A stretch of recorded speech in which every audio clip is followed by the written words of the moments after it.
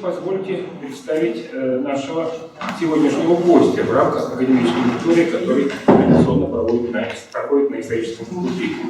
Господин Луис Шоссе, директор, глава Национального института истории искусств в Париже, и его лекция посвящена следующей теме: конец живописи, от Родченко до концептуального искусства. И здесь мне хотелось бы сказать только буквально несколько слов. История искусства, которая, как известно, гуманитарная дисциплина, и огромное спасибо Эвану Пановскому за это замечательное определение, имеет одну очень такую важную особенность. Она живет и развивается, как наука, как научная дисциплина, развивается вместе с теми художественными процессами, которые идут в окружающей ее жизни. Достаточно вспомнить Энкельмана и развитие неоклассицизма, движение пролетариатов и тот интерес, который в науке возникает в середине XIX века к итальянским мастерам 15-го столетия, или, скажем, то новое открытие, которое претерпевает такие величайшие мастера искусства прошлого, как Гоя или, скажем, Эль Греко, в ситуации 10-х годов 20-го столетия, в ситуации Первой мировой войны и изменения вкусов, которые идут. Поэтому интерес к тем процессам, которые идут сейчас, процессам развития современного искусства, они очень важны для нас. Они важны, потому что и живой процесс очень активный, очень сложный, очень разнообразный и, в общем, во многом часто отрицающий те тенденции, которые были важны для классического искусства, нуждается в осмыслении. И в этом отношении лекция, посвященная этой очень важной, одной из актуальнейших проблем и развития живописи, и понимание нового живописного языка для нас очень важно. И последнее, я не хочу, так сказать, отрывать ваше внимание от лекции и лектора. На историческом факультете, на отделении истории искусства всегда проблемы изучения современной художественной жизни были очень важны. Достаточно вспомнить, к сожалению, ушедшего из жизни Валерия Стефановича Турчина, того исследователя, который очень много сделал для понимания тех процессов в западной, в первую очередь, художественной жизни 20-го столетия. Это его книги «Лабиринт авангарда» и, наконец, его две последние огромные монографии, посвященные творчеству Кандинского. Они действительно показывают, что и для нас интерес к искусству 20 века всегда очень актуален. И поэтому лекция, которая сейчас прозвучит, очень важна, интересна и для молодого поколения, и для людей более старшего возраста.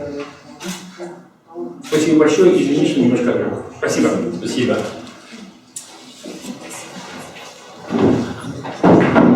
Merci beaucoup, merci pour cette invitation. Vous me voyez absolument désolé de ne pas pouvoir parler russe du tout. Je vais essayer de parler en français pas trop rapidement. Et si jamais je me laisse aller, il faut me le signaler.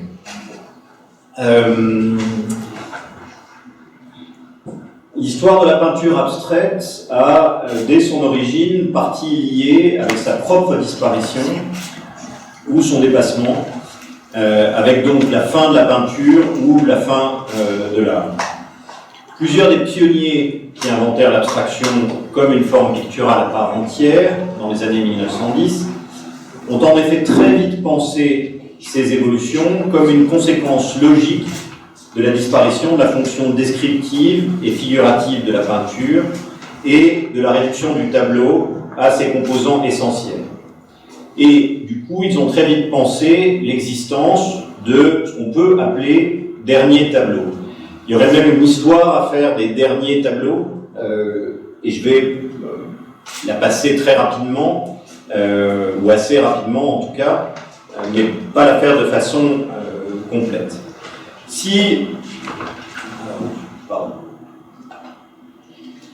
on prend en compte Mondrian, qui passe à l'abstraction totale en 1917 avec la composition de lignes du Kröller-Müller de Otterlo, on voit qu'il peint à partir de cette date des tableaux qui n'ont plus aucun référent dans le monde extérieur, mais qui se présentent comme des modèles possibles pour la vie spirituelle et concrète de leurs spectateurs. C'est-à-dire que là, le passage à l'abstraction, comme au moins chez Malevich, est un renversement des rapports entre image et modèle. L'idée n'est plus de prendre le modèle à l'extérieur, mais de faire l'image le modèle de ce qui peut se passer à l'extérieur. Dès la mise au point de ce qu'il va appeler en 1920 néoplasticisme, vous en avez un exemple en haut à gauche de l'image, qui se manifeste formellement par la réduction de la peinture à la triade de couleurs primaires et un réseau orthogonal en noir sur fond blanc. Il pense l'extension de la peinture à l'architecture, pas la disparition de la peinture, mais son extension, en particulier dans son propre atelier, dont il recouvre, comme vous pouvez le voir sur cette image datant de 1929, les murs de panneaux rectangulaires colorés qui sont les mêmes que ceux qui existent dans sa peinture, mais aussi dans des projets décoratifs de commande.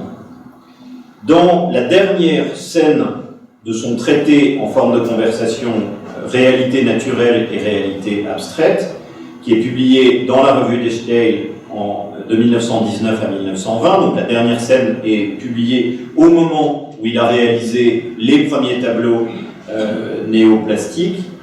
Il suggère même, je le cite, que la vie abstraite réelle, c'est-à-dire sa peinture néoplastique, n'est qu'une préparation à la transformation de la vie sociale, aussi bien que de l'aspect de ce qui nous entoure. Donc, il pense très explicitement les tableaux du néoplasticisme comme étant un moment dépassable, une sorte de point ultime de la peinture qui prépare leur propre disparition et une transformation complète de l'environnement extérieur. Finalement, à aucun moment, il n'a complètement abandonné la peinture. Et même si on peut penser que dans ces dernières toiles de 1942-1944, l'usage de rubans adhésifs, dont vous avez un exemple dans New York City 3, est une manière de remplacer la peinture d'une certaine façon, on voit bien qu'en tout cas à ce moment-là de son développement, ça n'est pas un abandon définitif, et que le fait que nous ayons conservé des tableaux qui sont uniquement réalisés par des bandes de papier adhésives sur toile vient simplement de ce qui n'a pas eu le temps de les transférer de façon définitive en huile sur toile. Première chose. Deuxièmement, qu'il garde quand même le format du tableau de Chevalet, de la tradition occidentale de la peinture, mais même dans cette situation de New York, comme le montre cette photo de son atelier à sa mort, il garde l'idée que la peinture doit transférer ses propriétés dans le monde extérieur, au-delà de la forme du tableau, et au-delà même de la forme peinture, puisque, à la différence de ce qu'on avait précédemment, les petits rectangles colorés qu'on a ne sont pas tous des rectangles peints, mais ce peut être simplement des rectangles découpés. On peut penser que s'il continue à pratiquer la peinture, c'est tout simplement parce qu'il peut considérer que le monde n'est pas encore suffisamment transformé par le néoplasticisme pour pouvoir s'en passer. Deuxième exemple de pratique pionnière de l'abstraction qui pense ce dépassement de la peinture, c'est celle de Malevich. Je ne vais pas rentrer dans trop de détails parce que je pense que vous connaissez ça de toute façon très bien, voire beaucoup mieux que moi, et que vous maîtrisez en plus une bibliographie que je ne peux moi absolument pas maîtriser ne lisant pas le russe, et notamment les publications récentes de textes, et j'en ai vu pas plus tard qu'hier ici à Moscou. On retrouve la même idée, c'est-à-dire l'idée que le quadrangle noir, premier pas de la création pure en art, crée, selon Malevich, les prolégomènes d'une nouvelle réalité, que ça n'est qu'un moment dans un processus à la fois de récapitulation de l'ensemble de la peinture occidentale, de l'histoire de la peinture occidentale, et à la fois un nouveau départ, mais un nouveau départ dont le terme ne se trouverait plus à l'intérieur du domaine de la peinture. En 2 ans, les compositions suprématistes débouchent sur la dissolution des formes, avec toute la série des plans en dissolution de 1917-1918, où les formes géométriques semblent disparaître dans le fond blanc, puis la disparition de la couleur en 1918 complète, avec une série de tableaux suprématistes que Malevich, dans un certain nombre de textes, nomme tableaux incolores, et qu'on a tendance à baptiser blanc sur blanc. J'ai mis les titres que j'ai trouvés en russe. Alors, c'est sous contrôle parce que je ne peux pas moi les lire. La deuxième chose, c'est que je n'ai aucune idée, et j'ai été très frappé en regardant la bibliographie récente sur Malevich en anglais, en français, en allemand, qu'à aucun endroit on trouve d'informations aussi simples que l'apparition des titres. Même dans le seul catalogue raisonné qui est disponible en anglais et en français, qui est celui de Nakov, qui pose d'énormes problèmes par ailleurs, même pour un non-spécialiste, c'est absolument évident que le catalogue raisonné en question comporte pas mal d'erreurs. On ne trouve pas des informations aussi simples que celles qu'on a par exemple pour Mondrian sur le titre donné par l'artiste, à quel moment il est apparu, est-ce que le titre a changé, est-ce que le titre est postérieur, ou je ne sais quoi. Donc on trouve par exemple tout un ensemble de variantes, de carré blanc sur fond blanc, composition suprématiste, parfois uniquement composition, parfois suprématisme. Je n'ai pas grande idée de ce qu'est la réalité de ce point de vue-là. On est avec en tout cas ces compositions blanc sur blanc dans une série picturale limite. En même temps, ces tableaux ne sont que partiellement conçus par Malevich comme ses derniers tableaux. Si à partir de 1919-1920 et jusqu'en 1926, ces créations nouvelles se placent toutes dans le domaine de l'architecture non utilitaire utopique, c'est un premier exemple de dépassement très clair de la peinture, à un moment, il se trouve qu'il continue effectivement à peindre et que cette continuation de la peinture, elle pose un certain nombre de problèmes. Il y a d'une part la continuation de la peinture pour des raisons qu'on pourrait appeler des raisons pédagogiques, c'est-à-dire la reprise de ces tableaux à la fois pour servir de modèle à ses élèves et pour établir un développement logique de sa propre évolution, avec en même temps des tableaux dont le statut est pour moi, et là encore je parle en fonction des connaissances qui sont disponibles pour un non-russophone, pour moi extrêmement ambigu, c'est-à-dire que effectivement le carré noir les carrés noirs, les deuxième et troisième carrés noirs de la fin des années 1920 n'ont pas la même qualité picturale, si je peux dire cela, que celui de 1915, mais en même temps qu'ils sont effectivement peints avec une attention assez grande et que les penser seulement comme des outils pédagogiques est un petit peu difficile. Mais en tout cas, ils sont présentés comme tels de façon générale.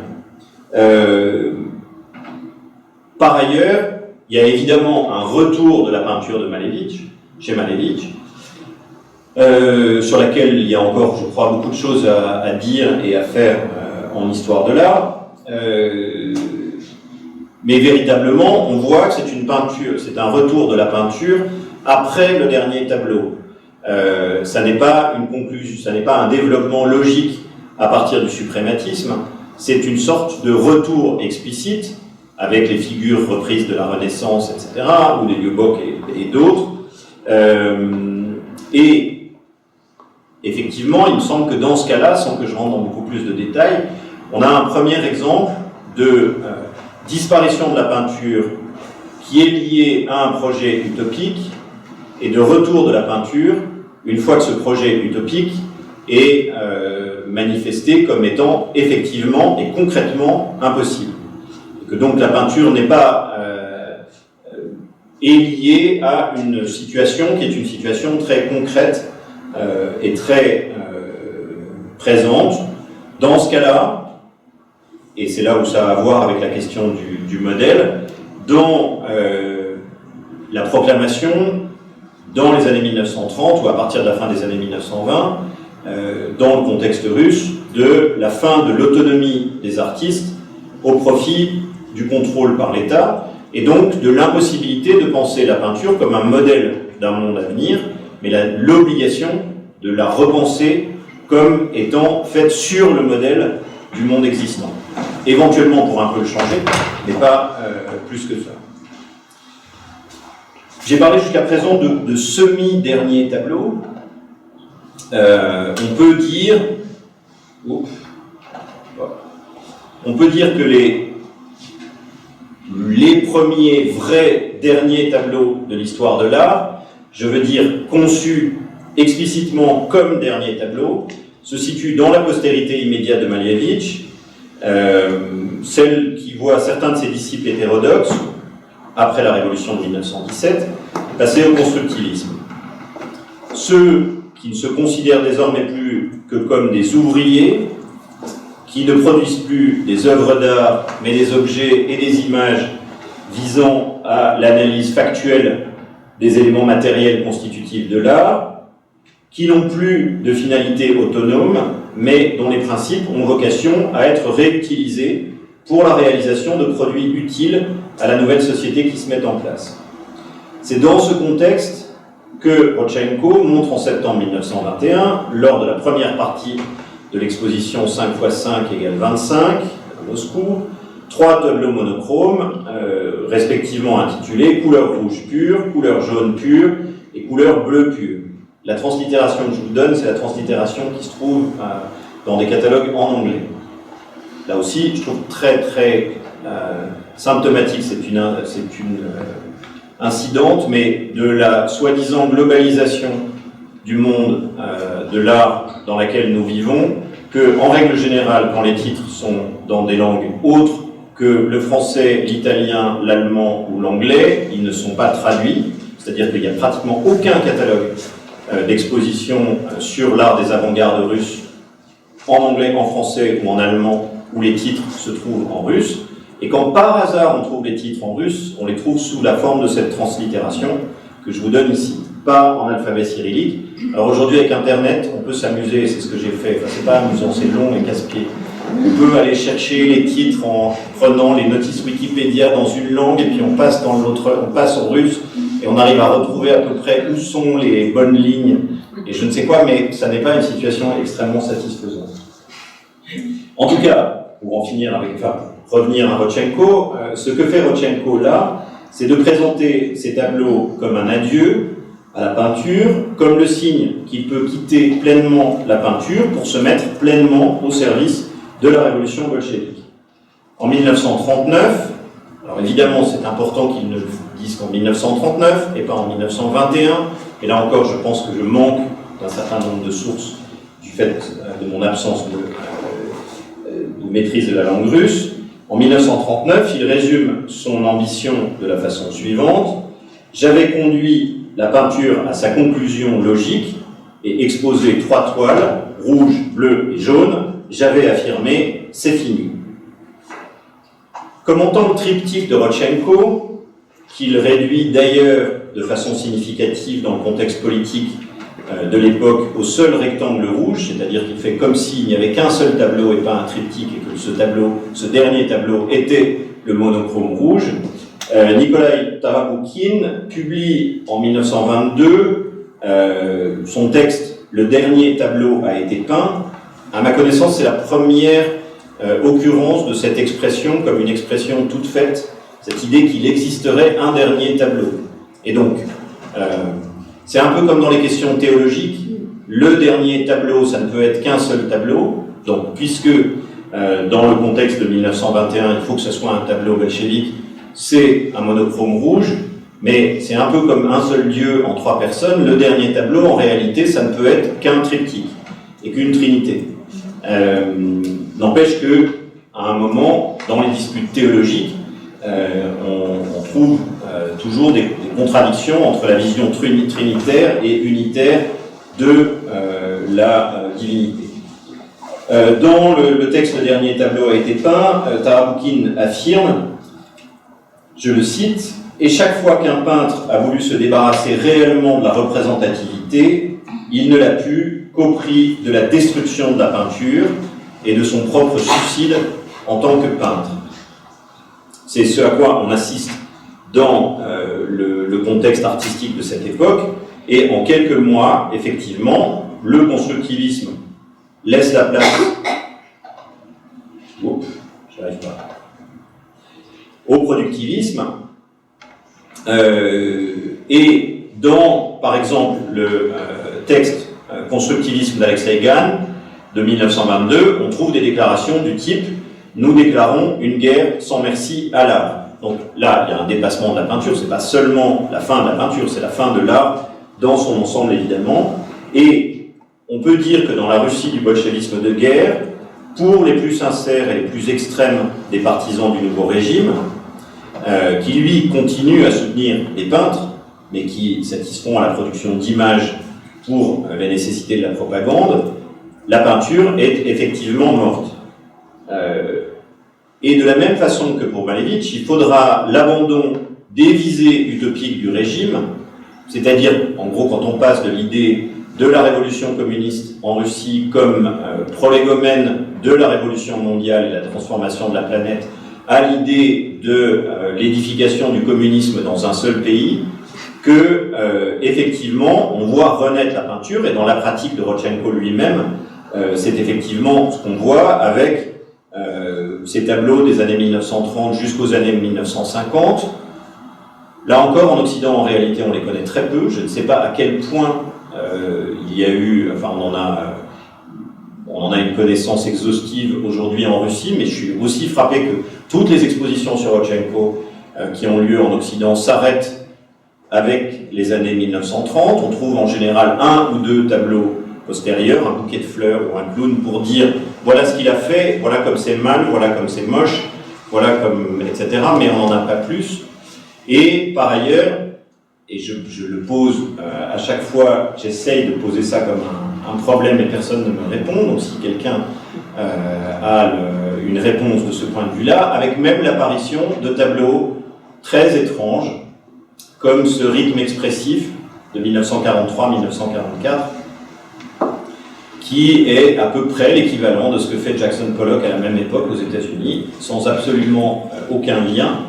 Et je n'ai aucune idée, et je suis très preneur d'informations là-dessus, si c'est une œuvre complètement isolée dans la production de Rodchenko, ou bien s'il en existe uniquement cette version-là dans la collection Kostakis, qui est aujourd'hui à Thessalonique en Grèce.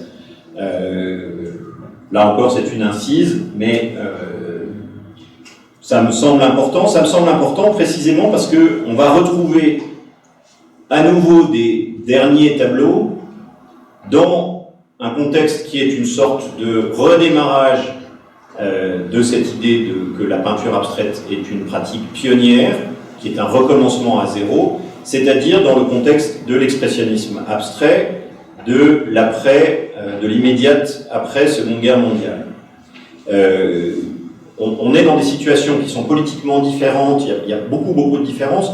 Il y a un point commun entre ces deux périodes, la période de 1915-1920 et la période 1943-1950, on va dire, c'est l'idée que la pratique picturale doit repartir complètement à zéro, qu'il n'y a pas de solution de continuité avec ce qui a précédé, qu'il y a un résumé de tout ce qui a précédé, mais une rupture fondamentale, et qu'on assiste à une production d'œuvres qui se présentent soit comme des premiers tableaux, soit comme des derniers tableaux. Et en fait, d'une certaine façon, pour qu'il y ait, en tout cas dans ces périodes-là, un dernier tableau, il faut qu'à la même époque, on puisse aussi pouvoir penser qu'on crée un premier tableau.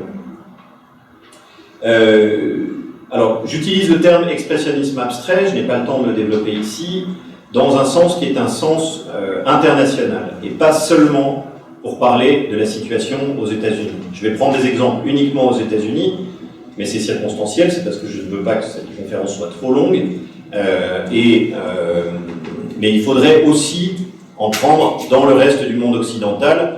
Il n'y a pas, là encore, il y a des spécificités, il y a des différences, mais pour moi, un artiste comme Barnett Newman est un expressionniste abstrait, au même titre que Lucio Fontana, en Italie et en Argentine, est un expressionniste abstrait. L'un est un expressionniste abstrait américain, l'autre est un expressionniste abstrait italien. Il y a des différences importantes parce que les contextes politiques, sociaux, artistiques, intellectuels, etc. sont différents, mais il y a aussi un terreau commun, une sorte d'idéologie commune derrière la production de ces œuvres. Cette tendance de l'expressionnisme abstrait, elle est pensée par ses protagonistes aussi bien que par ses commentateurs immédiats, que par les premiers critiques d'art, et là encore c'est une tendance internationale, comme une tabula rasa par rapport à l'art des générations précédentes. Chaque artiste est invité à peindre ou est conduit à peindre comme si il ou elle créait à chaque fois un premier tableau. C'est ce qu'explique par exemple rétrospectivement Barnett Newman dans une déclaration de 1970. Je le cite, « J'ai dû partir de zéro, comme si la peinture n'avait jamais existé, autre manière de dire que la peinture était morte. » Et chez lui, l'affirmation de la mort de la peinture est une chose extrêmement importante, on la trouve dans de très nombreux textes, sauf que c'est un « comme si ». Ça n'est pas « la peinture est effectivement morte », c'est « je fais comme si la peinture était morte ». C'est la seule manière de faire encore de la peinture, dans la situation qui est la situation post-traumatique, etc., de l'après-Seconde Guerre mondiale. Et on sait que ce que fait Newman quand il peint une mant, il sait de faire un badigeon de rouge cadmium sur la toile, normalement comme un fond, d'y placer un ruban adhésif, avec l'idée qu'il va ensuite enlever ce ruban adhésif, de mettre une autre qualité de rouge cadmium très rapidement sur cette bande adhésive, et normalement tout ça c'est un premier moment, et qu'il laisse ce tableau dans cet état-là, il le regarde, dira-t-il. Alors, l'histoire qu'il a racontée ensuite, c'est qu'il a fait tout ça le jour de son anniversaire, en 1948, et que du coup ça a un aspect très fortement lié à des aspects autobiographiques, qu'il l'a laissé pendant plusieurs mois en pensant que ça ne pouvait pas être un tableau, parce que ça n'était pas assez un tableau, et puis que finalement il a pensé que c'était un tableau d'un genre différent de tous ceux qui avaient existé précédemment, et que donc c'était au contraire véritablement un tableau. Donc pour la plupart des expressionnistes abstraits, on pourrait dire la même chose pour Jackson Pollock, ce qui importe, c'est qu'il soit possible de faire des premières peintures. Mais au sein même de l'expressionnisme abstrait, ou à ses marges, la question du dépassement programmé de la peinture et du tableau a aussi pu apparaître une fois qu'on avait passé une période de refondation enthousiaste de la peinture, et lorsque certains ont fait le constat que penser un tableau comme un premier tableau, c'est-à-dire normalement produire une rupture fondamentale, finalement ça ne marchait pas, puisque ces soi-disant premiers tableaux qui auraient dû bouleverser le monde entier, Barnett Newman déclare à propos de sa peinture dans une interview des années 1960, « Si on comprenait vraiment ma peinture, ça voudrait dire la fin de tout le système capitaliste du monde occidental et de tout le système de capitalisme étatique de l'Est. » Donc inutile de dire que ça n'est pas seulement en voyant un tableau comme une main que le monde entier a été changé. Et donc au bout d'un moment, il est simplement bien conduit à réaliser que ça ne marche pas exactement de cette façon-là. Du coup, il y a cette idée d'un dépassement possible de la peinture, si on reste fidèle à l'idée qui est très fortement liée à l'origine de la peinture abstraite, de ce renversement du modèle. C'est-à-dire que ce qui est fondamental dans une partie de l'histoire de la naissance de l'abstraction, il y a beaucoup d'histoires de la naissance de l'abstraction différentes, ça ne vaut pas du tout pour Kandinsky par exemple, c'est ce renversement du modèle, c'est-à-dire l'idée fondamentale qu'on fait des tableaux abstraits parce qu'on veut effectivement changer le monde à partir de cela. Et il y a cette espèce de croyance absolument extraordinaire dans l'efficacité de la peinture, et on retrouve la même croyance chez les artistes de l'expressionnisme abstrait. On la retrouve presque chez tous, mais pas chez Ad Reinhardt, qui n'est pas vraiment un expressionniste abstrait, mais qui est toujours lié au groupe, puisqu'il a participé à beaucoup des expositions communes, etc. Alors en reproduction, là, vous ne voyez pas grand-chose. Je suppose que vous savez que ça n'est pas un monochrome noir, enfin, que ce n'est pas un carré noir, mais que c'est une croix noire sur un fond noir. Là, on ne voit pas vraiment la croix, peut-être qu'on la devine un tout petit peu, mais ça n'est pas exactement la même chose. Alors, croix, ça ne veut pas dire un symbole religieux, ça veut dire une division de la surface et un remplissage de la surface par des bandes verticales et des bandes horizontales avec un découpage systématique. À partir de 1956, Reinhardt abandonne la couleur au profit exclusif du noir, tandis qu'il systématise le principe de recouvrement l'un sur l'autre de ces tracés verticaux et horizontaux qui saturent la surface de chaque toile, ce qu'il faisait déjà depuis 1950. À partir de 1960 et jusqu'à sa mort, en 1967, tous ces tableaux seront donc des monochromes noirs réalisés de cette manière-là, et ils auront tous la même dimension, 157,5 cm, c'est-à-dire 5 pieds de côté en anglais, et 5 pieds, ça a aussi des connotations de deuil et des connotations funéraires. Avec 9 carrés, il y a des tas de choses qu'on peut faire à partir de là, même si lui a toujours insisté sur le fait que c'était des peintures négatives, et que donc on ne pouvait rien dire positivement sur elles. Il donne 2 noms à ces tableaux, quand ils sont pourvus d'un nom. Parfois, on a des tableaux qui sont restés dans le fond de l'atelier, comme celui-ci.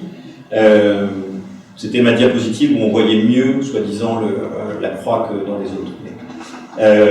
C'est soit peinture hors du temps, timeless paintings, soit peinture ultime, ultimate paintings. Et si elles sont ultimes, c'est parce que, selon lui, et il ne cesse pas de le répéter dans les textes qu'il écrit de manière parallèle, l'histoire de l'art est finie. Il y a la possibilité, dit-il, pour d'autres qui viendront après l'histoire de l'art, après l'histoire de la peinture, de faire autre chose, mais lui, il se place en position de quelqu'un qui ne peut pas faire autre chose que, inlassablement, refaire un dernier tableau, c'est-à-dire suspendre la mort de la peinture juste à son bord, juste avant qu'elle n'arrive véritablement. Et on peut dire de ce point de vue-là que les peintures d'Ad Reinhardt, c'est à la fois des premières peintures de quelque chose qui serait leur propre dépassement, et des dernières peintures d'une fin qui est une fin sans cesse recommencée. Ce qui permet de dire à Newman, dans une note autobiographique de 1966-1969, je suis, enfin il ne dit pas je suis d'ailleurs, il dit simplement artiste post-historique, routine sans fin. Simplement répétition inlassable de la même chose. À partir de cette situation qui est celle des années donc, 1960 et qui est résumée en quelque sorte par ce petit dessin satirique paru dans le Herald Tribune de 1963, donc qui dit Mark Rothko qui peignait des peintures comme celle-là a abaissé le rideau, et Barney Newman qui peignait des peintures comme celle-là a fermé la porte, et Ad Reinhardt qui peignait des peintures comme celle-là a éteint la lumière. Donc la perception générale au début des années 60, c'est l'histoire de la peinture est finie, on a tout posé, et il y a une sorte de... c'est une tabula rasa, mais qui ne permet pas de continuer quoi que ce soit de ce point de vue-là. Les années 60 sont internationalement, et encore une fois, pour ma part, je ne peux en parler véritablement que pour le monde occidental, c'est-à-dire du capitalisme occidental, sont internationalement marqués par une interrogation sur la fin de la peinture qui se généralise pour devenir un phénomène en soi et qui n'est plus le domaine de quelques peintres ou de quelques scènes isolées. Au moment même où l'on mettait en avant, selon la logique d'une analyse de la peinture par elle-même, le caractère d'objet du tableau et la spécificité de la peinture en soi, comme un genre totalement séparé, par exemple de la sculpture. Donc on disait qu'on était uniquement peintre et rien d'autre. En même temps qu'on affirmait cela, on doutait de la pertinence de la forme tableau et du médium pictural, et on envisageait de manière généralisée leur obsolescence, et d'une certaine façon, nous sommes toujours dans cette situation-là, c'est-à-dire une situation diffuse, une idée diffuse et générale que la peinture est au mieux en train de survivre, au pire, déjà morte, je ne sais pas si c'est le pire, enfin c'est comme ça.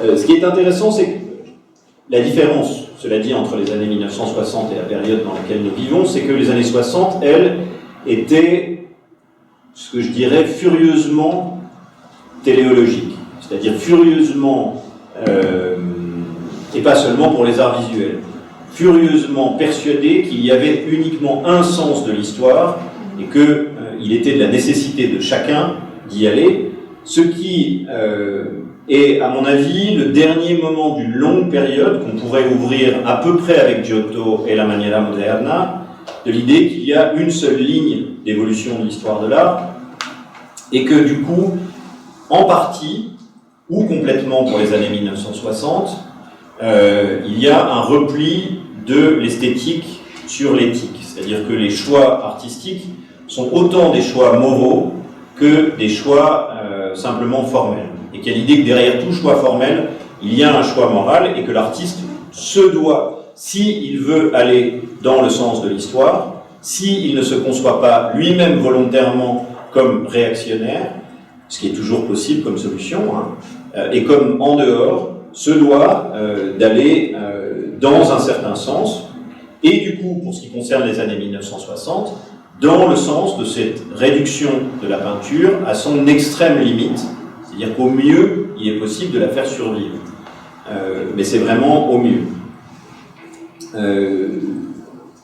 Et que, si on regarde surtout le domaine de la peinture abstraite, il est très frappant de voir que toute décision du peintre devant sa toile est pensée comme devant obéir en même temps à la nécessité de proposer quelque chose de nouveau par rapport à ce qui a précédé, et à des interdits moraux, interdiction de la figure, interdiction de la couleur, interdiction de tout un ensemble de choses, de manière extrêmement importante.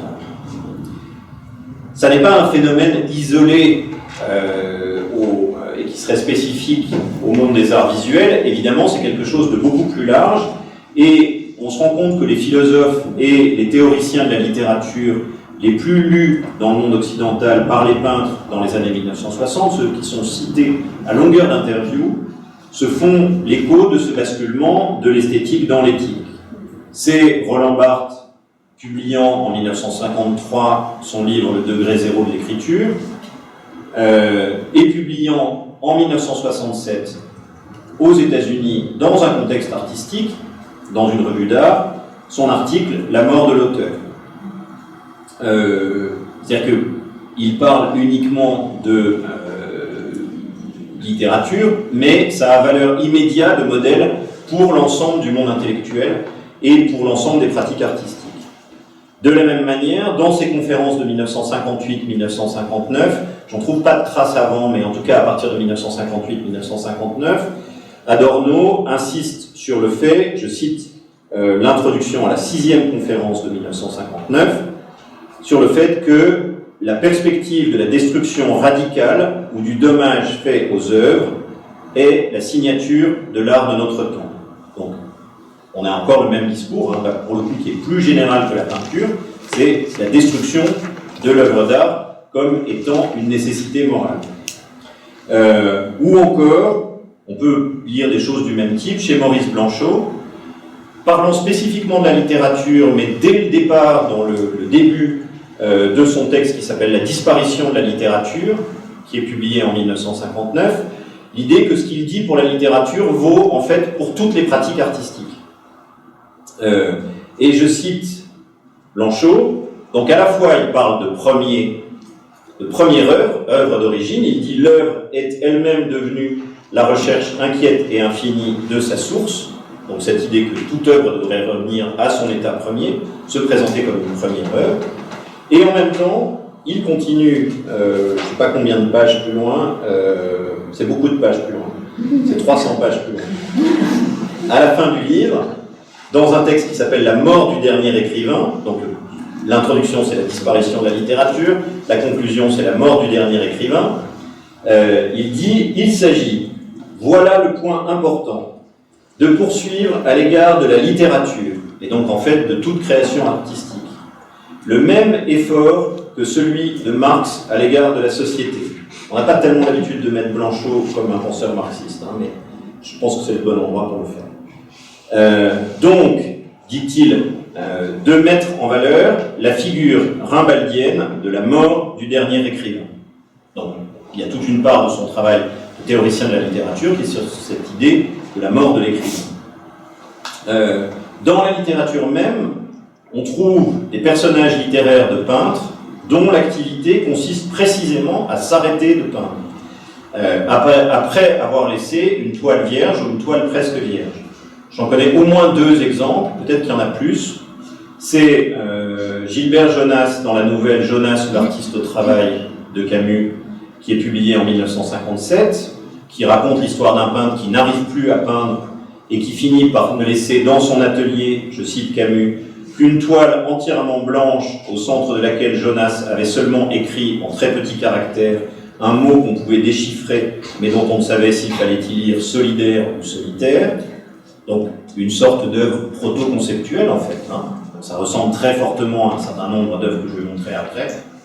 Ou c'est plus précisément encore Dino dans le roman L'ennui, la Noia de Alberto Moravia, qui est publié en 1960. J'insiste sur les dates parce qu'on est toujours dans le même périmètre de date, qui ouvre son récit à la première personne en racontant comment il commence par lacérer une de ses toiles et explique que c'était une manière pour lui de signifier, je cite, « être arrivé à la conclusion d'un long discours avec moi-même » et puis qui laisse sur son chevalet une toile vierge.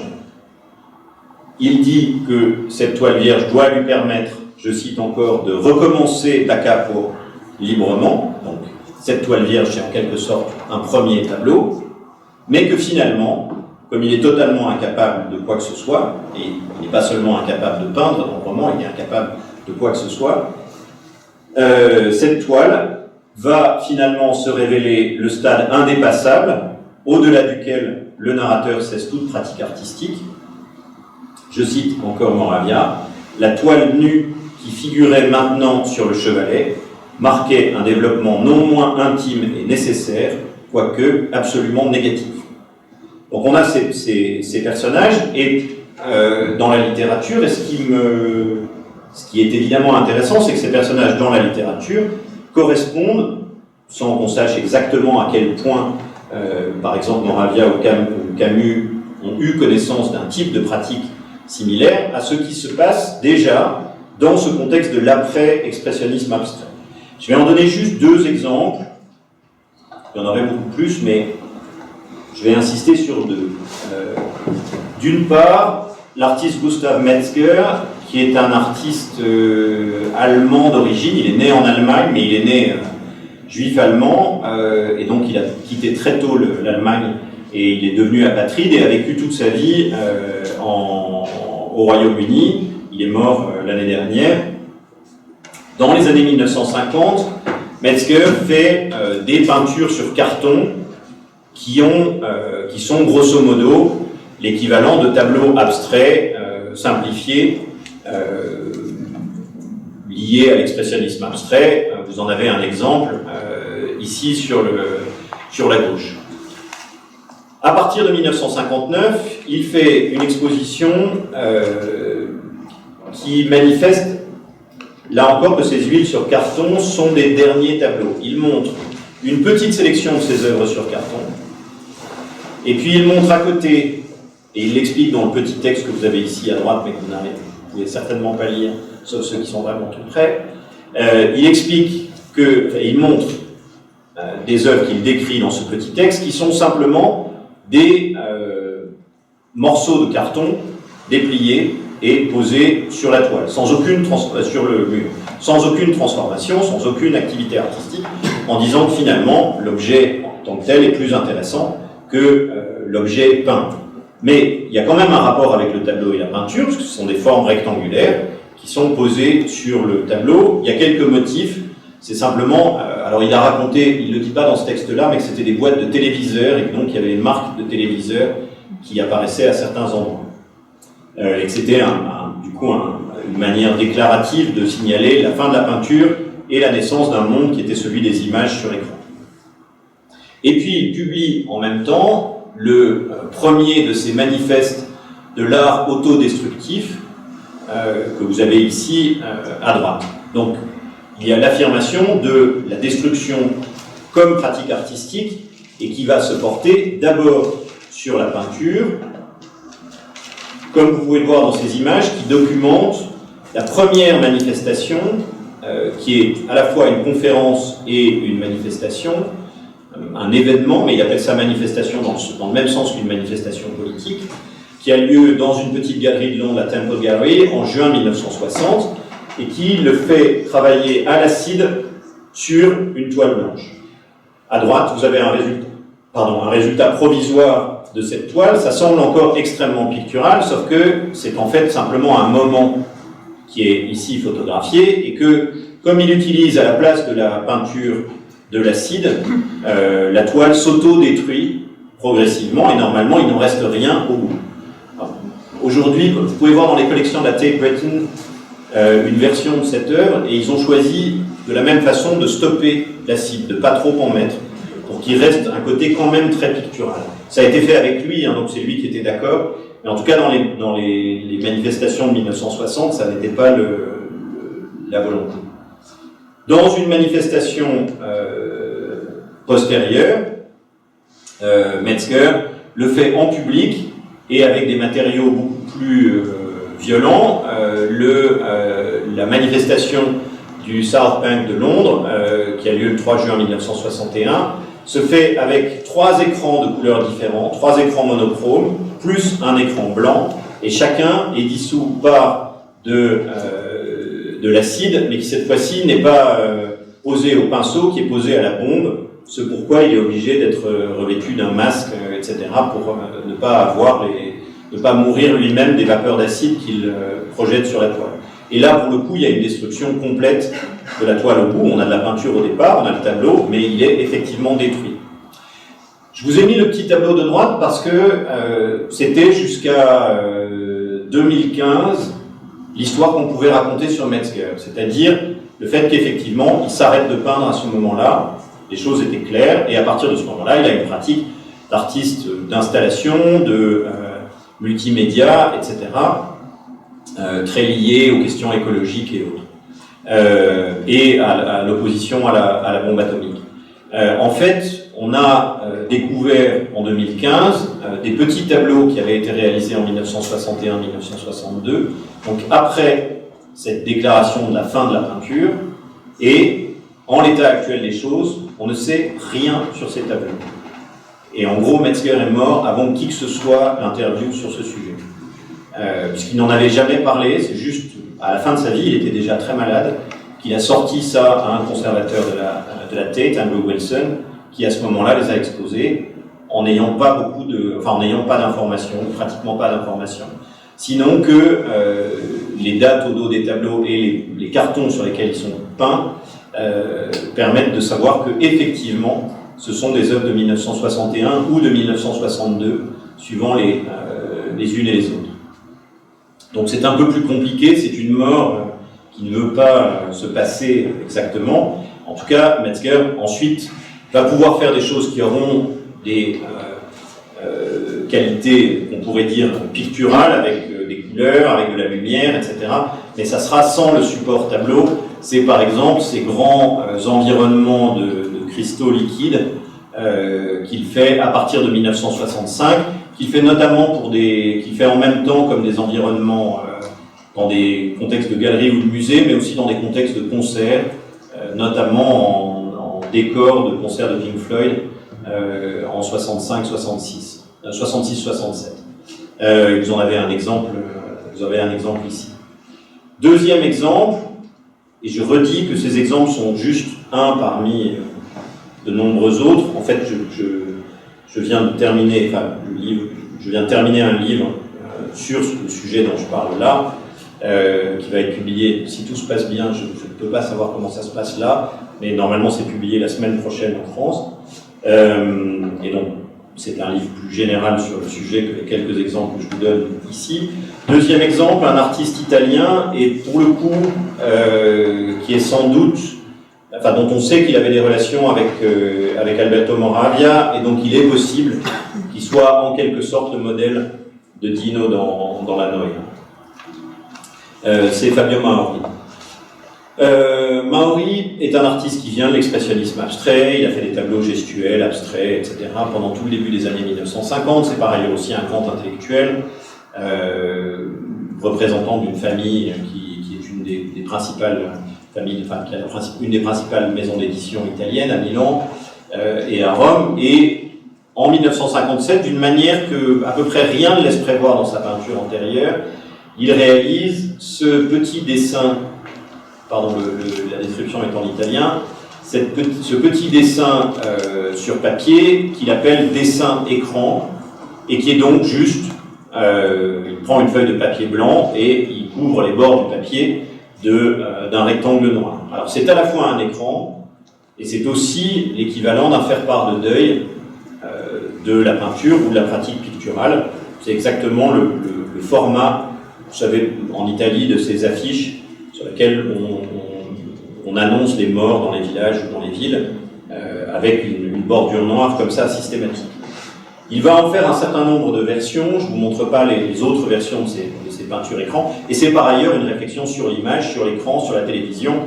Il en parle, de la même manière que Fontana parle de la télévision et du dépassement de la peinture par la télévision. Je ne vais pas y insister.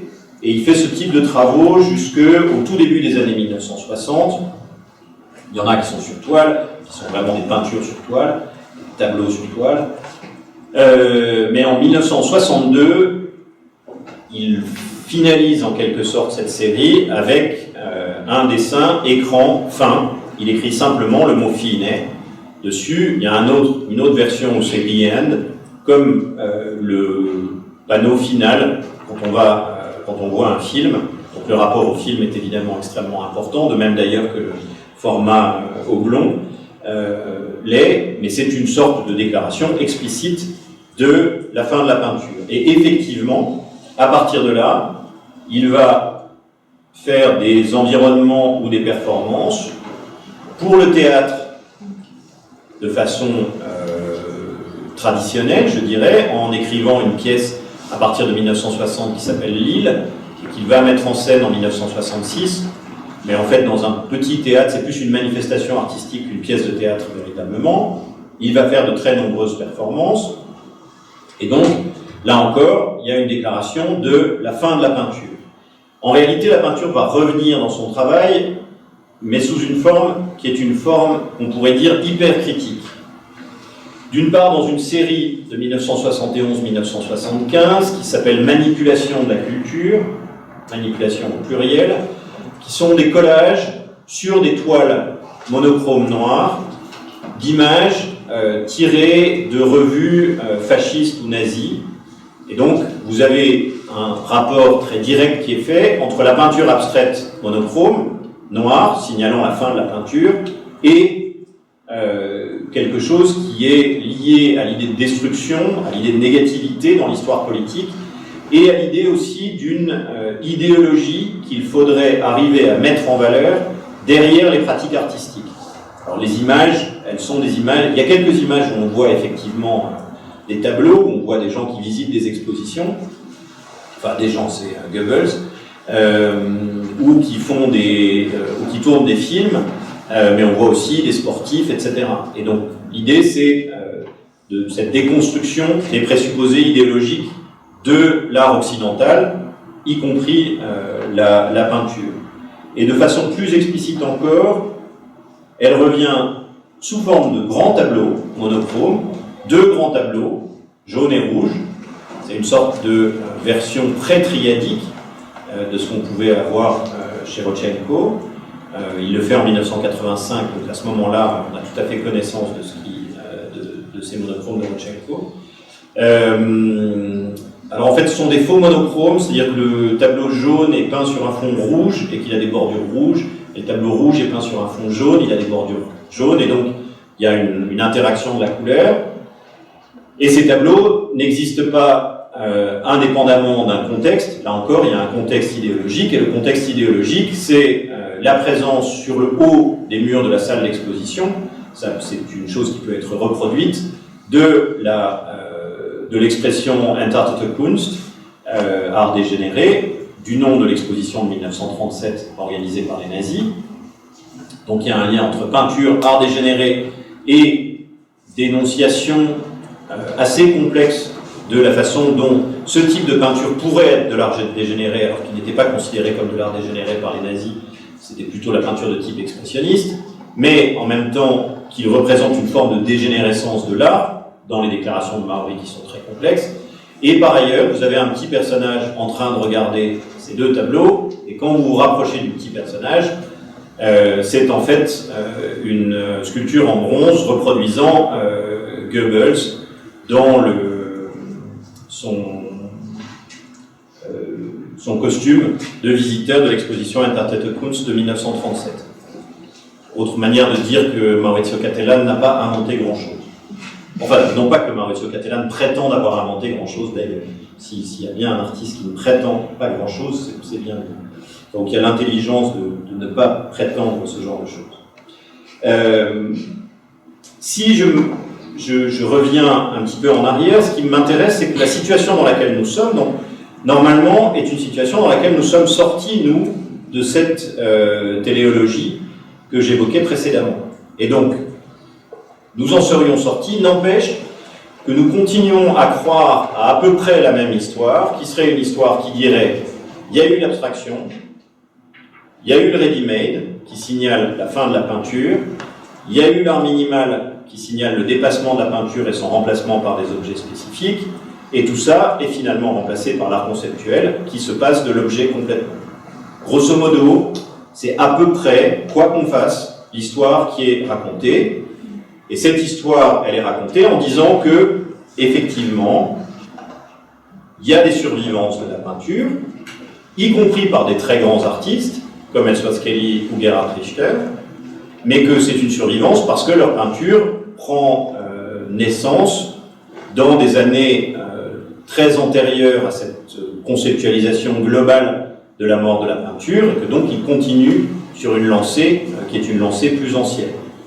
D'où l'importance accordée, quand on considère l'œuvre de Richter, à son ancrage à Dresde, dans le contexte de la poursuite du réalisme socialiste en Allemagne orientale, ou bien pour Kelly, de son ancrage dans la scène parisienne des années 1940.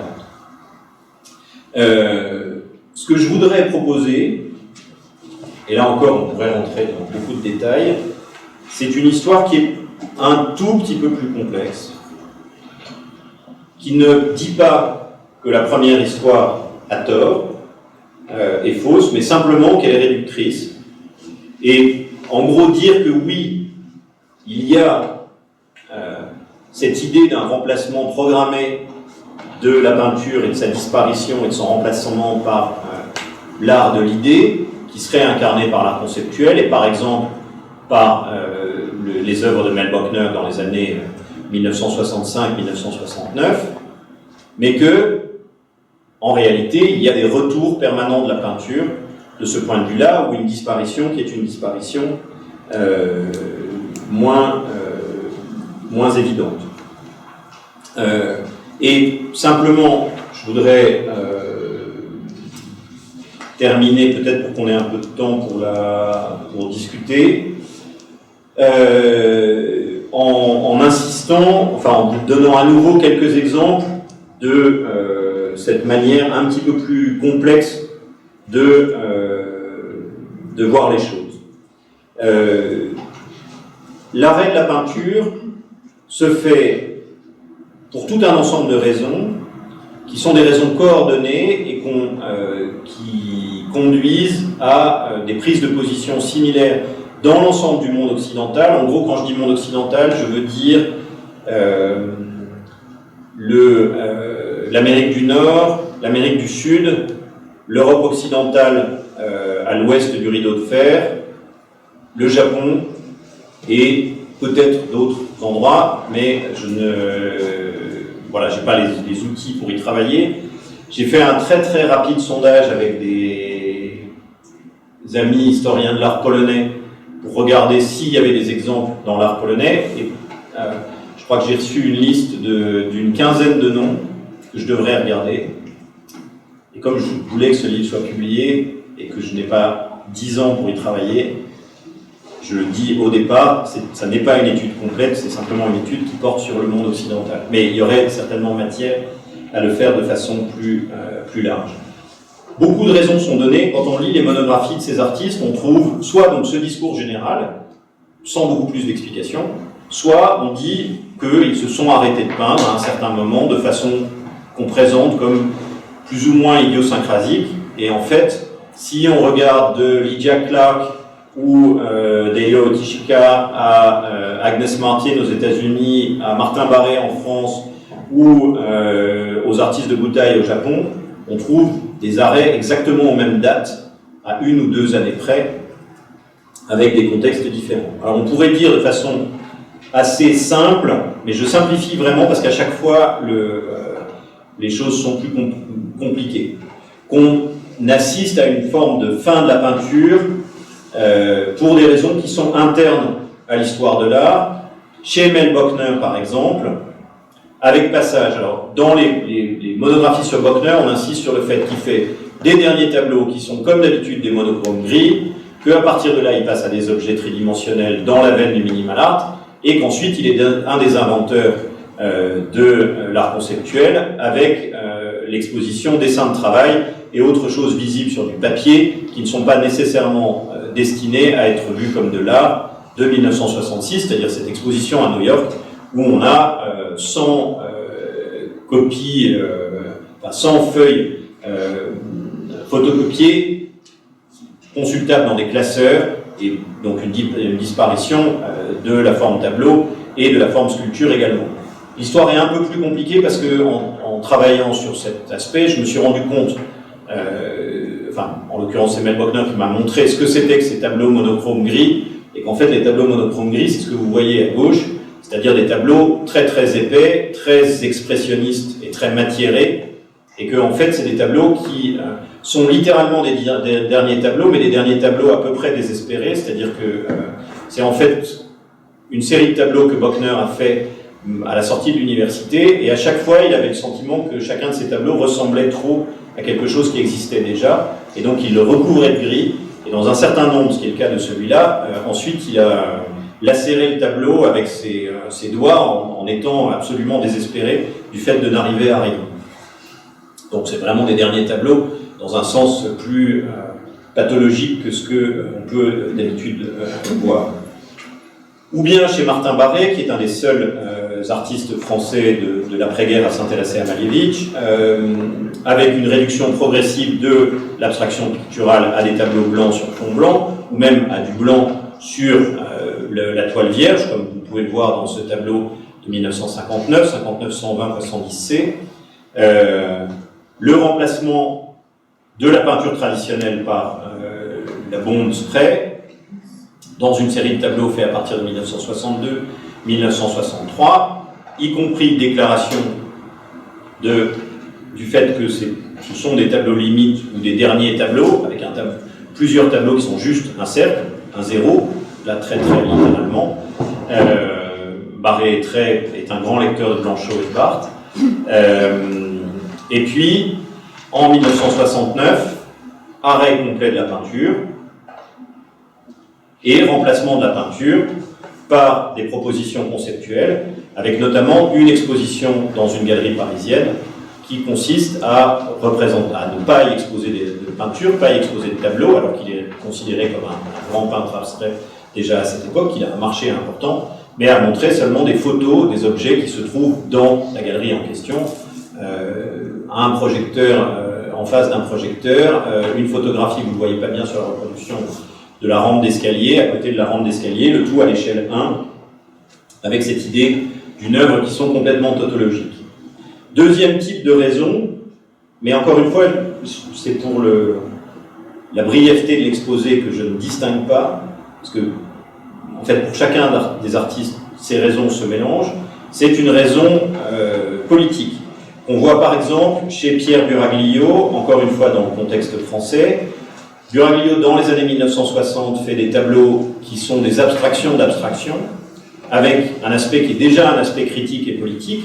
En faisant des Mondrian camouflés, il reproduit des compositions de Mondrian, en l'occurrence des compositions de tableaux spécifiques de Mondrian, et en remplaçant les carrés de couleurs par des morceaux de tissu militaire. On est après la guerre d'Algérie, on est dans un moment de dénonciation de la conscription militaire en France, etc. Ce sont ces derniers tableaux, vraiment de façon très explicite, ou plutôt son dernier tableau, c'est cela, c'est-à-dire une œuvre qui est réalisée pour une exposition de soutien à la lutte nord-vietnamienne contre les États-Unis, et où il abandonne tout vocabulaire abstrait pour faire un tableau qui est juste une sorte de grand calicot, l'équivalent d'une banderole de procession, à la gloire du président du Front de Libération Nationale nord-vietnamien, qu'il expose dans une exposition qu'on va appeler la Salle Rouge pour le Vietnam, qui aurait dû avoir lieu au mois de mai 1968, et les événements politiques en France ont fait que l'exposition n'a pas eu lieu à ce moment-là, qu'elle n'a eu lieu qu'en 1969. Mais en tout cas, à partir de ce moment-là, Pierre Buraglio arrête de peindre pour ces raisons politiques.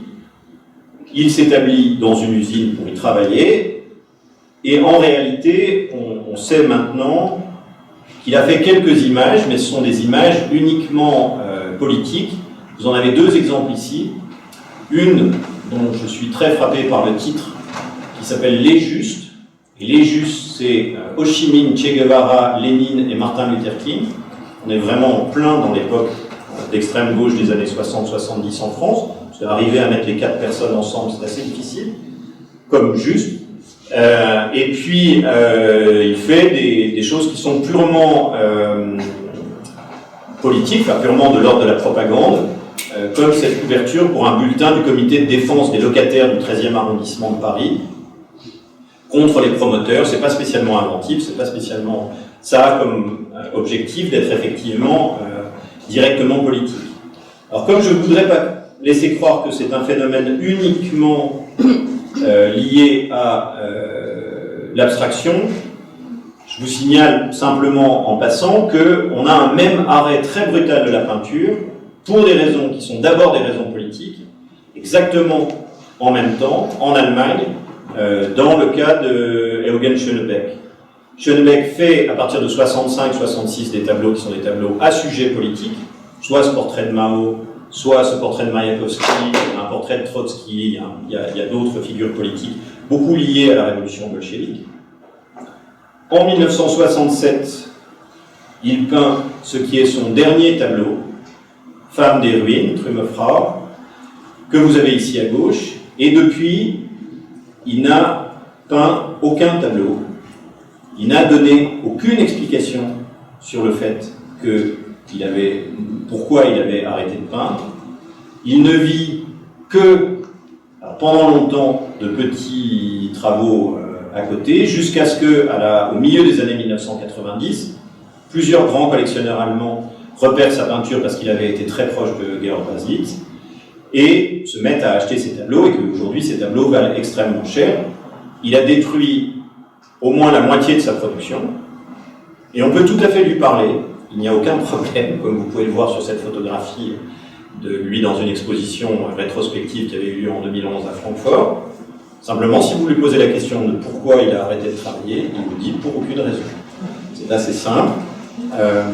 Alors ensuite, si on regarde les textes publiés en 66-76, on voit qu'ils sont très fortement liés à un engagement politique et à l'idée, du coup, il y a derrière certainement en arrière-plan l'idée que la peinture c'est quelque chose de bourgeois qui est destiné uniquement à un public limité et que donc il faut la dépasser pour travailler dans le monde réel.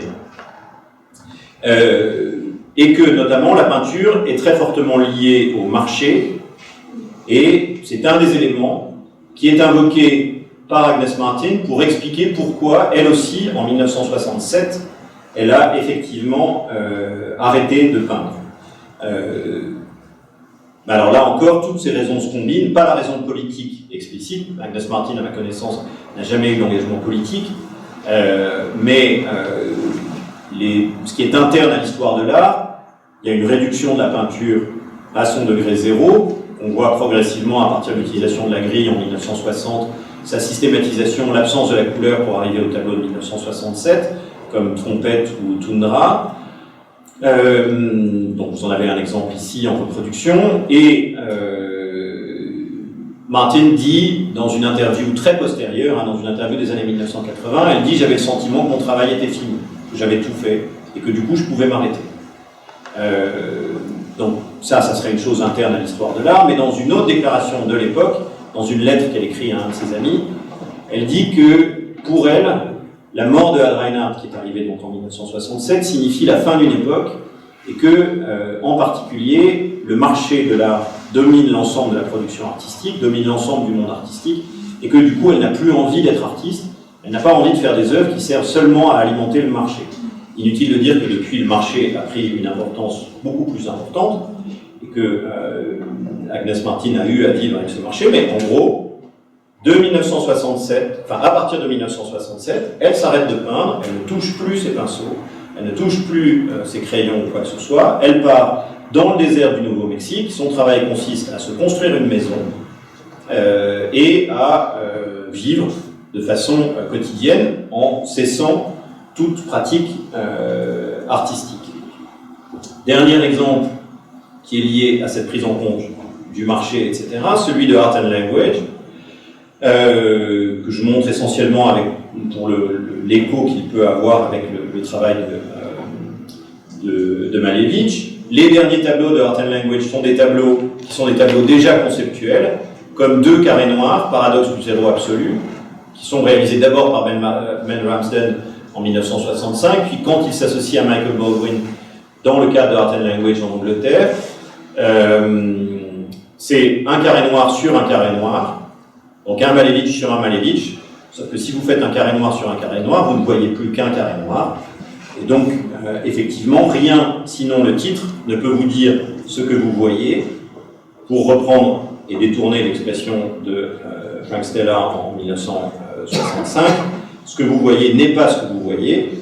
Et ça donne toute la série des peintures invisibles, des peintures secrètes, des 100% abstraits de Art and Language. Donc là, vous avez un exemple de peinture secrète. Carré noir sur carré noir, et à côté, une légende du texte, une légende du tableau qui prend autant d'importance que le tableau lui-même. Parfois, on a même la légende qui est plus grande que le tableau, disant le contenu de cette peinture est invisible, le caractère et la dimension du contenu doivent être laissés de façon permanente secrets, connus uniquement de l'artiste. Et donc, ça conduit Art and Language à abandonner complètement, là encore, la forme tableau en 1969 au profit d'œuvres qui sont des œuvres entièrement conceptuelles. Ce qui est intéressant, c'est que pour tous les artistes que je viens de vous montrer maintenant, qui s'inscrivent parfaitement dans la lignée de cette histoire simplifiée de la peinture et de sa fin et de son remplacement par l'art conceptuel que je viens d'indiquer, tous ces artistes ont en fait repris la peinture, à l'exception de ceux qui ont arrêté définitivement la pratique artistique. J'avais un autre exemple, mais je ne vais pas le développer parce que je veux terminer. C'était celui de Lee Lozano. Je vais passer rapidement, si ça veut bien passer. Là encore, pour complexifier un peu l'idée de Lee Lozano, passant de la peinture à l'art conceptuel, puis abandonnant la pratique artistique, parce qu'à vrai dire, les choses se sont faites de façon un peu différente. Ce qui m'intéresse donc, c'est le fait qu'il y a chez tous ces artistes une reprise de la peinture à des moments distincts, grosso modo à partir du milieu des années 1970 et jusqu'au début des années 1980. Au début des années 1970, ce qui apparaît, c'est qu'il apparaît possible à certains de substituer au discours de recommencement à zéro permanent au discours de la réduction de la peinture et donc de sa fin programmée, un discours qui est celui du recommencement à zéro permanent. C'est par exemple le cas d'Agnes Martin. À partir de 1971-1972, elle refait quelques dessins, et puis à partir de 1974, elle fait de nouveau des tableaux. Vous en avez ici deux, et les titres de ces tableaux indiquent bien l'idée d'un recommencement, mais d'un recommencement perpétuel, aussi bien haut qu'allégresse. Alors c'est au départ des très petits tableaux, de 31 cm par 31 cm, et puis petit à petit ils s'agrandissent, et elle en fera de ce type-là jusqu'à sa mort au début des années 2000. De la même façon, la même année, Martin Barré, les mêmes années, en 1972, après cette période conceptuelle qui a duré de 1969 donc à 1972, reprend la peinture, et là aussi, chez lui, il y a l'idée d'une peinture qui soit à chaque fois une peinture recommencée. Même période encore, en 1975, Pierre Duraglio reprend la peinture sur un mode qui est un mode en quelque sorte lié très directement à l'environnement quotidien, c'est-à-dire qu'il fait des tableaux qui sont des tableaux trouvés et qui continueraient son engagement politique d'une certaine manière en le déradicalisant, tout simplement parce que c'est une période assez simple. Il était militant maoïste. En 1974-1975 commencent à arriver de nombreuses publications en France sur le fait que la révolution culturelle, loin d'être un grand événement festif partagé dans l'allégresse par l'ensemble de la population chinoise, a été un événement d'une sauvagerie absolue, avec des centaines de milliers de morts, et le reste qui va avec, et que donc il ne peut plus croire à cette forme d'utopie qui le conduisait à abandonner la peinture, et donc il se remet à le faire d'une manière modeste. Même chose à la fin des années 1970 chez Art and Language, et là encore, comme chez Duraglio, chez Art and Language, la reprise de la peinture se fait d'abord pour des raisons politiques, pas contre des raisons politiques. C'est les raisons politiques en partie qui leur ont fait abandonner la peinture. Quand ils reviennent à la peinture, c'est pour des raisons politiques, et en particulier avec leur premier nouveau tableau, qui sont la série des portraits de Lénine dans le style de Pollock. Donc cette espèce d'alliance ou d'hybridation impossible entre deux styles contradictoires, le réalisme socialiste d'un côté, la peinture expressionniste abstraite de l'autre, avec, dans les très nombreux textes théoriques qui sont produits par Art and Language, encore pour accompagner ces tableaux, cette déclaration de la nécessité de mettre à mal les distinctions figées entre abstraction et réalisme, de mettre à mal les distinctions figées entre système capitaliste et système communiste, de mettre à mal, de dire que finalement l'ensemble de l'art conceptuel a été récupéré par le marché, et que finalement la peinture, paradoxalement, peut résister mieux au marché et peut produire un effet de lenteur du regard et d'obligation de la pensée que l'art conceptuel ne produit plus, parce que tout le monde s'y habituait, et s'y est habitué extrêmement rapidement. Alors, je ne vais pas vous montrer toutes les séries de peintures faites par Art and Language depuis, mais elles sont extrêmement nombreuses. J'ai évidemment choisi celle-là parce qu'on était ici. Et puis je voudrais terminer sur Mel Bochner. Bochner a toujours, dans sa période conceptuelle, flirté avec la peinture. On peut le voir par exemple dans sa série des théories.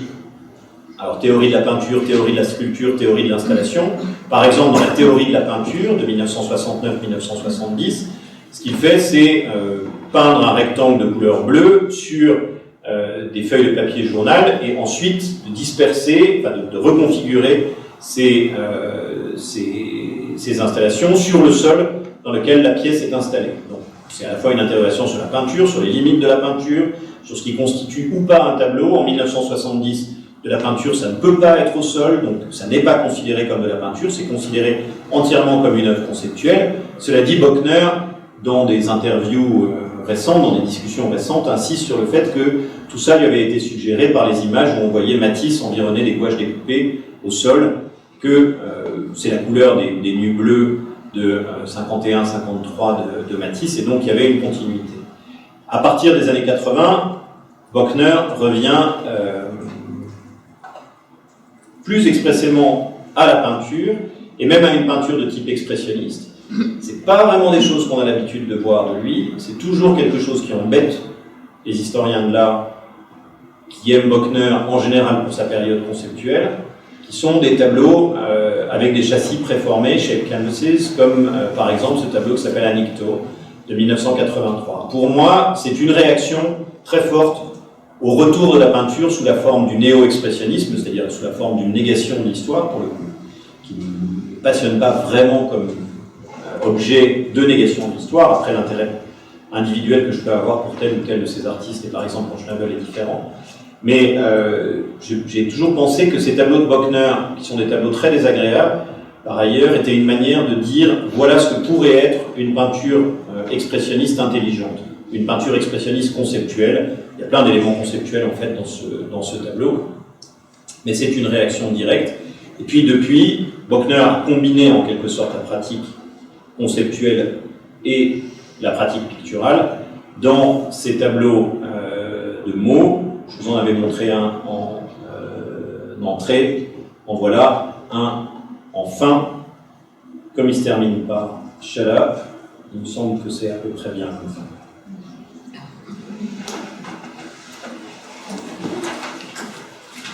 Je ne sais pas si vous avez des questions. Vous avez des réponses aux questions que j'ai posées par hasard. J'ai une question. Est-ce que vous pouvez préciser de quel visage pense ces tableaux monochromes dont vous avez parlé, d'être un monochrome jaune, bleu, etc. Quel visage exactement? Parce que là, on a beaucoup de cette. Eh bien, on ne sait pas. Enfin, c'est pas qu'on ne sait pas. Dans certains cas, il porte un certain message, dans d'autres. Il n'y a pas une signification unique de la peinture monochrome. Il y a des tableaux monochromes qui ont des significations extrêmement différentes. Je vais prendre un exemple assez simple. Un monochrome blanc d'Achille Maori, de Fabio Maori, j'ai montré des exemples de monochrome blanc et noir, enfin de tableaux blancs et noirs de lui, mais il y a des monochromes complètement blancs. Si on lit les textes de Maori, c'est une réflexion sur la possibilité de toute peinture, sur le tableau comme écran, sur le rapport à l'écran de télévision ou l'écran de cinéma comme étant ce qui vient avant l'image, etc. Si vous prenez un tableau qui ressemble, je prends exprès un tableau de Fabio Maori, ça n'a pas de texture, c'est juste un tableau blanc le plus neutre possible. Si vous prenez un tableau blanc le plus neutre possible de Robert Rauschenberg en 1951, c'est un tableau qui signale la fin de l'art. En tout cas dans les déclarations de Rauschenberg. Mais ça veut dire qu'il a dit quelque part que pour lui ça signifie ça. C'est pas forcément qu'il a dit quelque part, c'est que ça apparaît dans un certain contexte. En l'occurrence, dans le cas de Rauschenberg, ça apparaît dans un contexte qui est celui de performance avec John Cage et Merce Cunningham, où l'ensemble des œuvres sont explicitement, une fois qu'on les met ensemble, traitent du silence, de l'absence, du silence, de ce qu'il ne faut pas dire, de ce qu'on ne peut pas dire. Donc ça ne veut pas dire, Rauschenberg a très très peu parlé sur sa peinture. Il y a des interviews qui ne sont pas absolument passionnantes. Et donc, ça n'est pas... Et puis, pour prendre un exemple encore, parce qu'on peut continuer, si on continue simplement avec les tableaux blancs, parce que les tableaux blancs, il y en a beaucoup dans l'histoire de l'art, de cette période-là. Si on prend un panneau blanc d'Ellsworth Kelly, qui n'a pas de texture non plus, donc en tout cas très peu, si on considère l'ensemble du travail d'Ellsworth Kelly, on se rend compte que c'est une volonté de faire en sorte qu'on ait une expérience de vision radicalement décontextualisée, où on ne fait attention qu'à ce qu'on voit, où il n'y a pas de projection intellectuelle, où il n'y a pas de projection philosophique ou conceptuelle, autre que il est essentiel dans la vie, à certains moments, de se concentrer sur ce que l'on voit, et la vie en est transformée. Donc, produire un objet qui propose cette expérience-là, et ce que fait un panneau blanc de Ellsworth Kelly. Et là encore, on peut se référer aux déclarations d'Ellsworth Kelly, mais si on voit que ce panneau blanc, c'est Je pense en particulier à une œuvre, c'est un panneau rectangulaire blanc qui vient jusqu'au sol, et puis il y a au sol un autre panneau rectangulaire blanc exactement de la même taille, que vous vous rendez compte que les proportions de ces tableaux ont à voir avec le corps humain, donc que ça invite à une forme de perception directe, c'est à chacun de faire le travail qui consiste à lui donner une signification qui va être différente parce que l'expérience est une expérience singulière. Mais il n'y a pas, à propos de ces œuvres, de message qui soit un message unique. Parce qu'ensuite, tous ces tableaux-là peuvent être utilisés dans des contextes complètement différents. Si vous les montrez dans des contextes différents, ils changent de signification, et peut-être que ça n'est pas interdit de leur faire changer de signification. Moi, après, comme historien de l'art, je crois qu'aucun tableau n'a un message. Aucun tableau n'a un message, parce que sinon, il n'y a pas besoin de faire des tableaux. Si on peut faire un message, eh ben, il n'y a qu'à l'écrire, c'est pas la peine de s'ennuyer à faire un tableau. Si on fait un tableau, c'est parce qu'il y a autre chose qu'un message, et qu'il y a la volonté d'une adresse. Pour moi, c'est pas la même chose qu'un message. Il y a la volonté d'une adresse, c'est-à-dire la volonté de transmettre, de faire naître une expérience chez quelqu'un. C'est pas la même chose qu'un message, et cette expérience, ça peut être l'expérience, ça peut être produire une réflexion théologique sur la création, ou faire en sorte que vous ayez une vision différente de ce qu'est le rapport entre Marie et la virginité. Mais il n'y a aucun tableau, on n'y arrive pas, sinon il faut l'écrire. Il n'y a aucun tableau qui ne dise ça de façon explicite et unique. Jamais aucun tableau, sauf des très très mauvais tableaux. Les tableaux à message unique, c'est en gros en général, en tout cas moi c'est ceux qui ne m'intéressent pas. Mais j'en connais pas beaucoup dans l'histoire de l'art. Même les plus mauvais tableaux ont toujours plusieurs messages possibles, et l'image est plus complexe que le texte, de ce point de vue-là. Et elle a une forme d'adresse qui n'est pas cette idée qu'on pourrait replier le sens sur le tableau.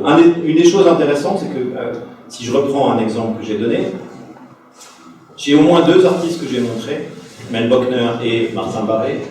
Il y a une préoccupation très forte, mais ils ne sont pas du tout les seuls, de dire on a un problème avec la peinture, qui est le fait qu'on peut lui faire dire n'importe quoi. Donc, ça devient un objet marchand parce que on peut lui faire dire n'importe quoi, et que du coup un marchand peut toujours expliquer ce qu'il veut et il le vendra toujours. Et même un tableau qui est censé signaler, je reprends le cas de Barnett Newman, la disparition du système capitaliste, peut être l'un des fleurons d'une collection d'un grand milliardaire capitaliste. Donc pour aller contre ça, il y a une obsession chez Mel Bochner ou chez Martin Barré dans les années 1960 d'arriver à des tableaux tautologiques, c'est-à-dire des tableaux qui n'auraient qu'un message. Et s'ils n'ont qu'un message, ce que montre la linguistique dont ils sont férus l'un comme l'autre, ils ont fait des études de linguistique. L'un, Martin Barré est ami de Cezanne Todorov. Bochner a beaucoup lu Wittgenstein et a fait des études de linguistique à l'université. La linguistique montre que le seul message qui soit un message univoque, c'est la tautologie. Donc ils essayent de faire des œuvres tautologiques. C'est l'exposition de photos de Martin Barré, c'est les cahiers de photocopie de Mel Bochner qui ne contiennent que la description de ce qu'il y a dans où c'est chez Art and Language les index qui sont que des index d'index, c'est-à-dire que quand vous ouvrez les fichiers de l'index numéro 1 de 1972 de Art and Language, vous ne trouvez que des fiches qui décrivent les fiches. Donc, vous avez une première fiche dont l'entrée c'est fiche, qui dit une fiche est un morceau de carton de telle taille, etc. Et ça renvoie à une autre fiche qui dit carton. Donc carton, c'est là, on est dans le message absolument univoque, on ne peut pas le transformer. Tout le monde ne peut comprendre que la même chose, ça va bien. Sauf qu'ils se rendent compte au bout d'un moment qu'en réalité, même ça n'est pas vraiment tautologique, parce qu'à la différence du texte, à partir du moment, c'est une discussion que j'ai eue beaucoup, et avec les gens d'Art and Language, et avec Mel Ramsden d'Art and Language, et avec Mel Bochner, pour essayer de comprendre pourquoi ils reviennent à la peinture à un moment. Et l'un comme l'autre disent la même chose, ils disent tout simplement parce qu'à partir du moment où on a un objet, et pas un texte matériel, on a de la complexité, et qu'en réalité, la tautologie n'est pas une tautologie. C'est-à-dire que l'index la façon dont vous l'ouvrez, la taille de l'index, etc., va y amener plein de significations qui n'auraient pas dû s'y trouver si on était vraiment dans une chose tautologique, c'est-à-dire que l'index, ça fait tout de suite penser, la boîte index, je ne sais plus où elle est, j'ai montré tout à l'heure de Art and Language. Voilà. Ça fait tout de suite penser à un système administratif, donc à la façon dont le système bureaucratique gère les gens, à la façon dont vous êtes prisonnier de ce système, etc. Donc il y a tout un ensemble de discours qui arrivent par-dessus et le message n'est plus clair du tout. Donc tant qu'à avoir un message pas clair, autant revenir à la ceinture. Je sais que ça embête beaucoup tout le monde, cette idée qu'il n'y aurait pas... Je crois vraiment très très fondamental dans la pratique de tout historien de l'art de penser que la vérité n'existe pas. Que sinon on n'aurait pas besoin des images. Si on a besoin des images, c'est parce qu'on sait de façon très intime que la vérité n'existe pas, et que le monde est complexe, et que c'est à chacun de se définir par rapport à ce monde et de prendre position. Et de prendre une image. Tout à l'heure on me demandait dans une interview pourquoi j'ai attaché de l'importance à la peinture abstraite. C'est précisément parce qu'une image incarnée dans un tableau, ça vous oblige à prendre position, et à prendre position de façon littérale, c'est-à-dire de dire où est-ce que vous allez vous mettre devant le tableau.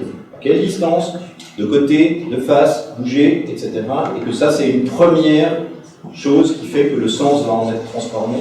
Vous ne regardez pas, je ne sais pas, pour prendre des cas dans la peinture ancienne, si vous regardez, quand vous avez la chance de pouvoir le faire, j'ai vécu pendant longtemps en Italie, donc j'ai eu la chance, et puis surtout j'ai vécu dans un endroit où il y avait beaucoup de travaux de restauration, entre une fresque de Jacopo Zucchi vue du sol, donc du XVIe siècle, à la Villa Médicis à Rome, vue du sol, et la signification que vous pouvez lui donner, allégorique, alors c'est des allégories très complexes, les allégories de Zucchi, du sol, et celle que vous pouvez lui donner, une fois que vous êtes à 10 cm de la fresque, parce qu'il y a des échafaudages, parce que vous êtes en train de faire des restaurations, c'est complètement différent.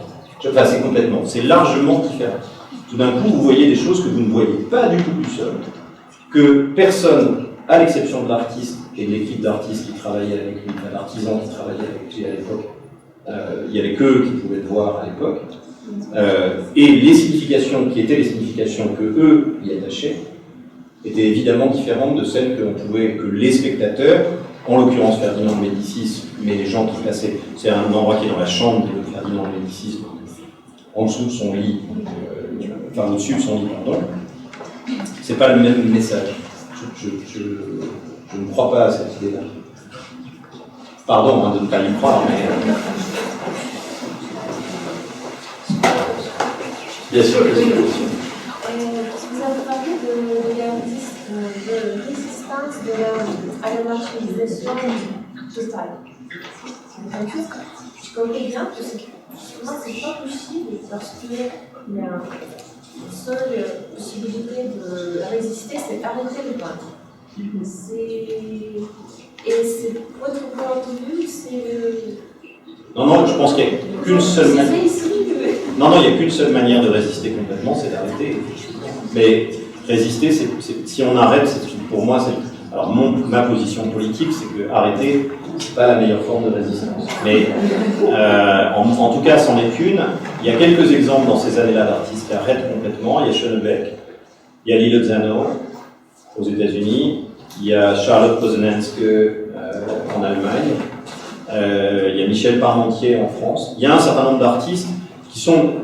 Ça n'a pas d'intérêt quand un artiste arrête, s'il n'est pas déjà...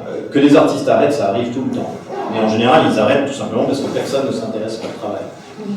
Ça devient intéressant quand un artiste arrête alors qu'il a rencontré le succès, qu'il est reconnu, qu'on lui propose des expositions, etc.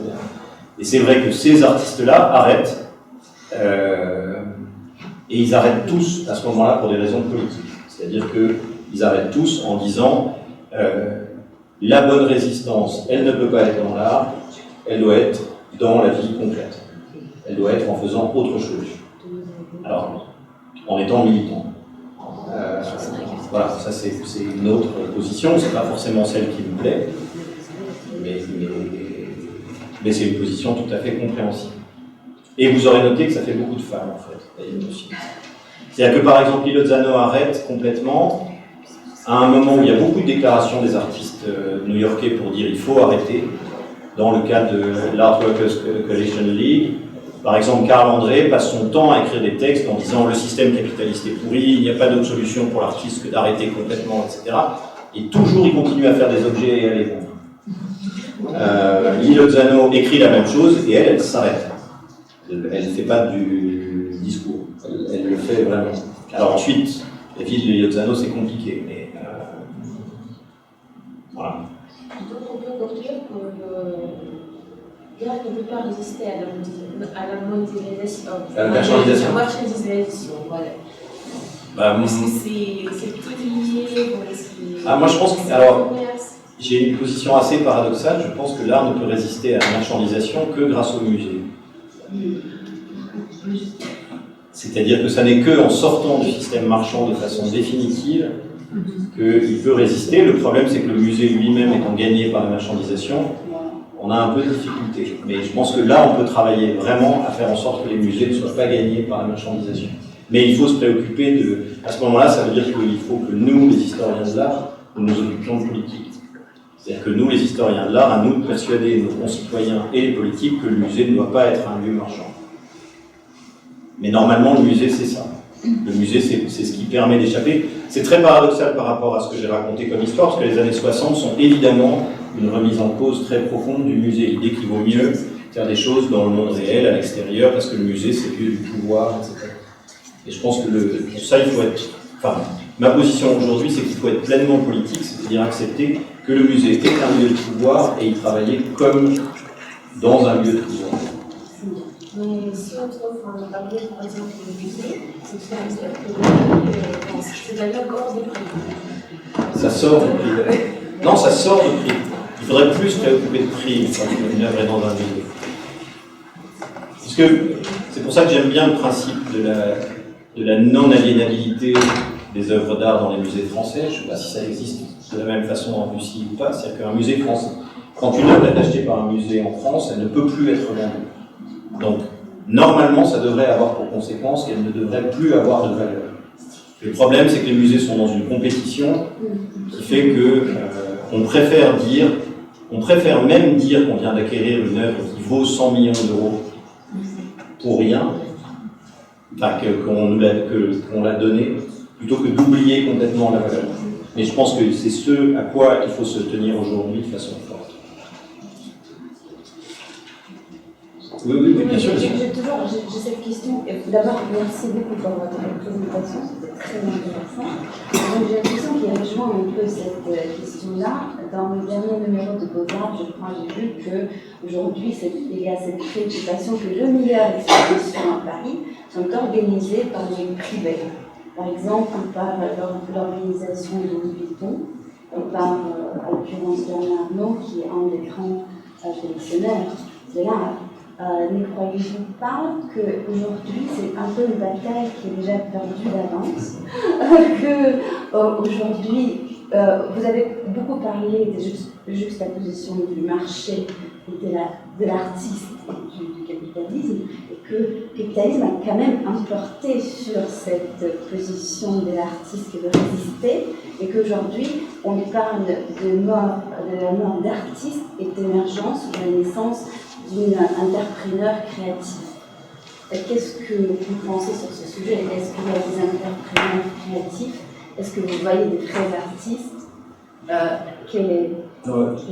Si j'essaie de réfléchir, j'ai un problème, j'ai pas de solution vraiment, mais j'ai une sorte de problème général qui est le fait que le modèle de l'artiste comme modèle de l'hyper-individu créatif qui peut changer et s'adapter à toutes les situations et faire des œuvres qui sont à la fois lui-même et s'adapter aux commanditaires. En gros, le modèle qui apparaît à la Renaissance italienne et qui se diffuse ensuite dans le monde et qui arrive jusque dans les années 1960-1970.